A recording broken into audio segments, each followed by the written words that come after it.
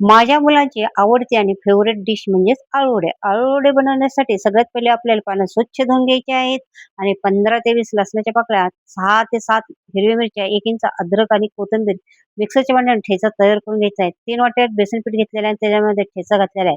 1 चमचा धने पावडर, अर्धा चमचा जिरे पावडर, अर्धा चमचा गरम मसाला, 1 चमचा लाल तिखट, अर्धा चमचा ओवा आणि पाव चमचा हळद आणि चवीनुसार मीठ आणि त्याच्यामध्ये घालायचं आहे चुटकीभर हिंग आणि हे सगळं मिश्रण तुम्हाला मिक्स करायचं आहे बरं का.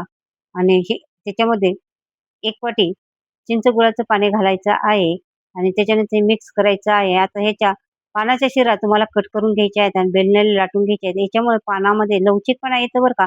डिटेल रेसिपीसाठी माझ्या फोटोच्या खाली त्रिकोणी बटनावरती जाऊन क्लिक करा. आता मी कढई गरम करायला ठेवलेली आहे. कढईमध्ये पाणी घातलेलं आहे.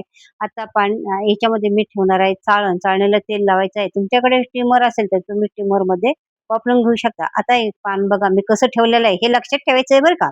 आता पान मी वरच्या साईडनी खालच्या साईडनी त्याचा पानाचा खालचा भाग, आता वरच्या बाजूला पानाचा खालचा भाग ठेवलेला आहे. अशा पद्धतीने प्रत्येक पान मी विरोध दिशेने ठेवत गेलेले आहे.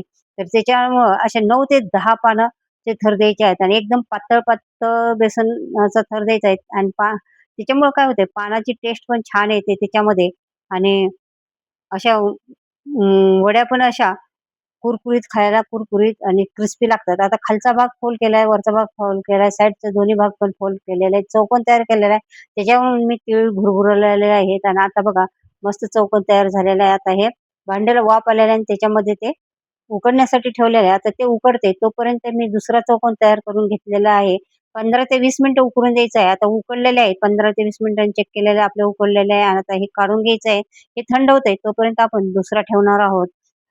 अशा पद्धतीने ह्या अळूवड्या, उकडलेल्या अळूवड्या पण तुम्हाला ह्या खायला खूप टेस्टी लागतात बरं का. ज्याला तळलेल्या नाही आवडत त्यांनी अशा उकडलेल्या अळूवड्या करायच्या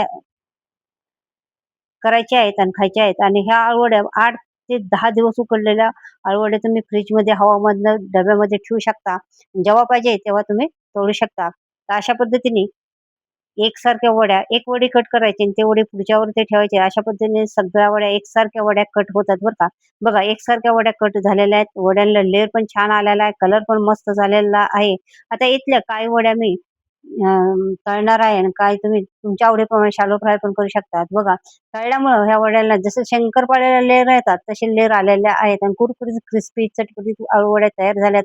ह्या आळूवड्या तुम्ही करायच्या आहेत आणि आवडल्या तर लाईक, शेअर, कमेंट करायचं आहे आणि चॅनलवरती नवीन असेल तर चॅनलला सबस्क्राईब करा.